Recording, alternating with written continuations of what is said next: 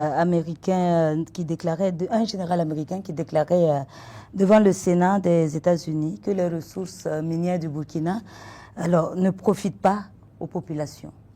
Que faites-vous comme commentaire par rapport à cette déclaration? C'est vrai qu'il y a déjà eu une réaction officielle à travers un communiqué du ministère des Affaires étrangères, mais tout ce que nous pouvons dire, c'est que c'était avec une grande surprise.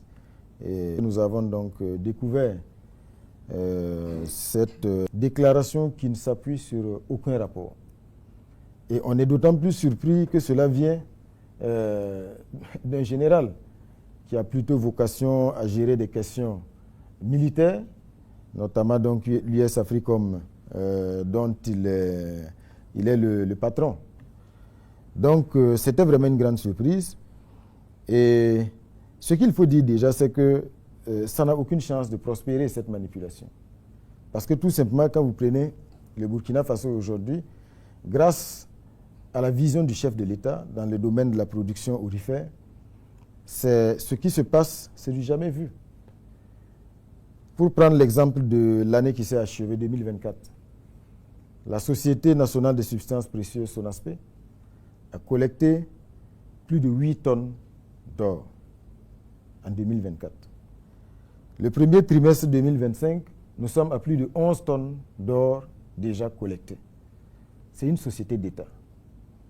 Et aujourd'hui, la question qu'il faut se poser, parce que ces quantités d'or énormes qui sont collectées sont issues en grande partie de l'exploitation artisanale. Posez-vous la question, où est-ce que cet or partait? Et nous sommes convaincus que ces volumes d'or collectés au Burkina Faso les marges de progression sont encore importantes. Donc il faut se demander déjà, alors toute cette quantité d'or, par quel circuit elle quittait le Burkina Faso? Aujourd'hui, tout est mis en œuvre pour que l'or du Burkina Faso profite au Burkina Faso. Pour la première fois, on est engagé dans un processus de constitution d'une réserve d'or au Burkina Faso. Et c'est pendant donc que tout ce travail est fait et produit des résultats significatifs visibles par le peuple burkinabé qu'il y a eu donc cette déclaration mensongère de la part d'un général qui cache mal sa volonté de manipuler et de diaboliser. Et vous vous souviendra, et nos aînés nous le disent, sous la révolution de Thomas Sankara, je pense que Thomas Sankara a été victime de la même manipulation à une certaine époque. On l'a accusé de tous les péchés d'Israël, accusé d'enrichissement illicite, et tout cela participait d'une volonté de le diaboliser, de manipuler les opinions, et pour créer les conditions favorables pour ce qui s'est passé.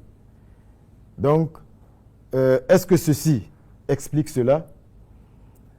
Nous n'allons pas dire tout de go que c'est de cela qu'il s'agit, mais nous sommes convaincus d'une chose, cette déclaration du général américain, elle n'est pas anodine, mais aujourd'hui vous voyez toute la réaction, tout le tollé que cela a suscité.